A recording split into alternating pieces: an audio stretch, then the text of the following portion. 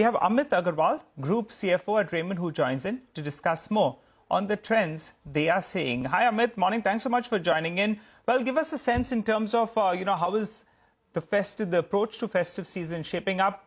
Also, what are the inventory levels you're looking at? And finally, tell us about the transaction value. I recall it had moved much higher in comparison to pre-COVID levels. Could you put a number to that? Sure. Thank you for having me. And obviously, after 2 years of pandemic, this year people are out really to celebrate. And as we have seen the primary bookings from our dealer network, our franchisee network, we are extremely, extremely bullish that we are seeing a very strong demand recovery coming back.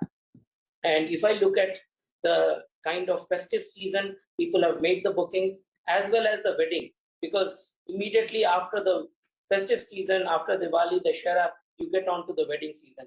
And Raymond is such a company which provides fabric, apparel to all the people, consumers at all cities, as we are present in 600 cities, to all classes of customers and to provide their needs. So to that extent, we are seeing very, very strong, robust demand for us. And what you rightly pointed about the average ticket value, I think we have seen pre-COVID to now almost 14 to 15% increase. So which used to be in a 3,300 rupee a range. Now we are seeing more in the range of 3,800 rupee a range. And secondary markets supposedly are supposed to pick up by mid to late September, when people start from the east side of the country, where the Dussehra, Durga Puja starts, then flowing into the north, then the west, and slowly into the south. So across the country, we are seeing very, very strong demand from the domestic market. Sure. Earlier, you had said that you're looking to grow 12 to 13% on the revenue side for the full year. Is that a target that you continue to hold, or would you want to scale it up, given demand?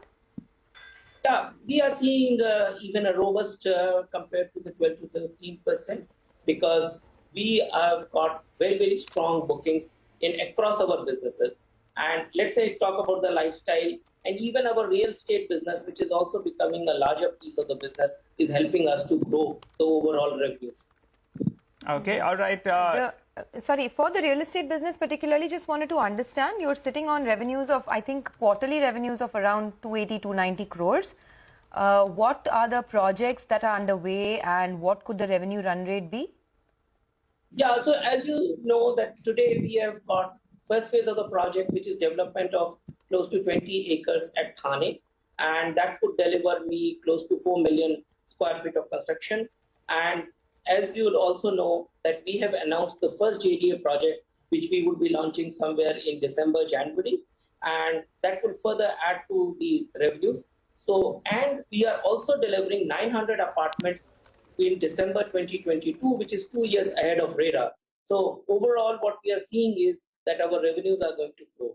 I won't be giving a specific guidance on the numbers, but you will see the progression on the revenues as we embark and completing the projects and growing the business from there. JDA is at Bandra, right? And it has a revenue potential of around 2,000 crores, I believe. When is the completion date of this and what is your share? So basically, if you look any project of this kind, we have got a 7 lakh square feet. So it is a 5-year project. So it will start, let's say, this year, December, January, and it would take 5 years to complete. And 2,000 crore is the revenue which we are talking is for our books. Oh, okay. All right.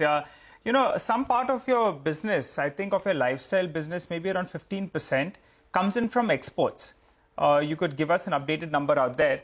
Has there been any slowdown on the export portfolio? Are you still seeing traction out there? And give us an updated number.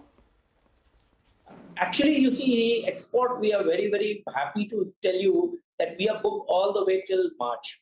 We have seen strong bookings, and what could be a potentially some impact, but we have been able to get new customers. As you know, this China plus one strategy has played very, very well for India and especially for us.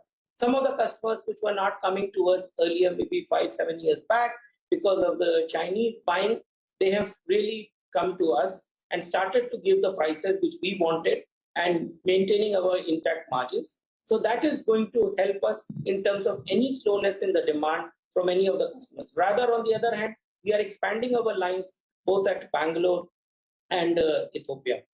So we are putting more capex into this as we see a huge opportunity for us to grow this business. So what is the capex that you're putting in to expand the line, and will that put more pressure on your debt, because debt has been rising? It's I think about 1300 crores now. Yeah, so let me tell you, first of all, the capex is very, very small, and this is all businesses are cash flow generating. And what you've seen from March to June, let me clarify, the debt increase is because primarily we built the working capital during the first 2 quarters to meet the demand for the third and the fourth quarter, because the third and the fourth quarter is where typically the people come and buy through our stores or through the dealer network. And therefore, it is a planned increase in the debt, which will additionally come down over the second half of this year. And as we have stated very clearly, we are on the path to deleverage the company. If you see in the last 2 years, we have reduced more than 800 crores of debt.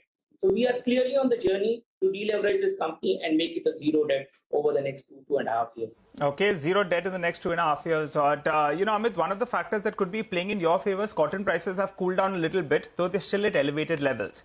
For FY23, how much better can the margins be in comparison to FY22? I think you were talking about 100 or 200 basis points expansion. Could you quantify that? So look, as you rightly pointed out, the cotton prices have cooled off. However, if I look at my shirting fabric across my portfolio, what we need is cotton is only for the shirting portfolio. And in the shirting, if because you consume almost 20% of the total selling price as the cotton, we have been able to consistently increase the price. So there has not been any margin impact per se, maybe a lack of quarter or two, but not really impacted on the margins per se. So across the portfolio of textiles. So we are very clear that the same margin improvement which we have told earlier, we will continue to stay on track for that. Okay, Amit, we'll leave it there today. Thanks a lot for joining us. That's Raymond. The stock's done well.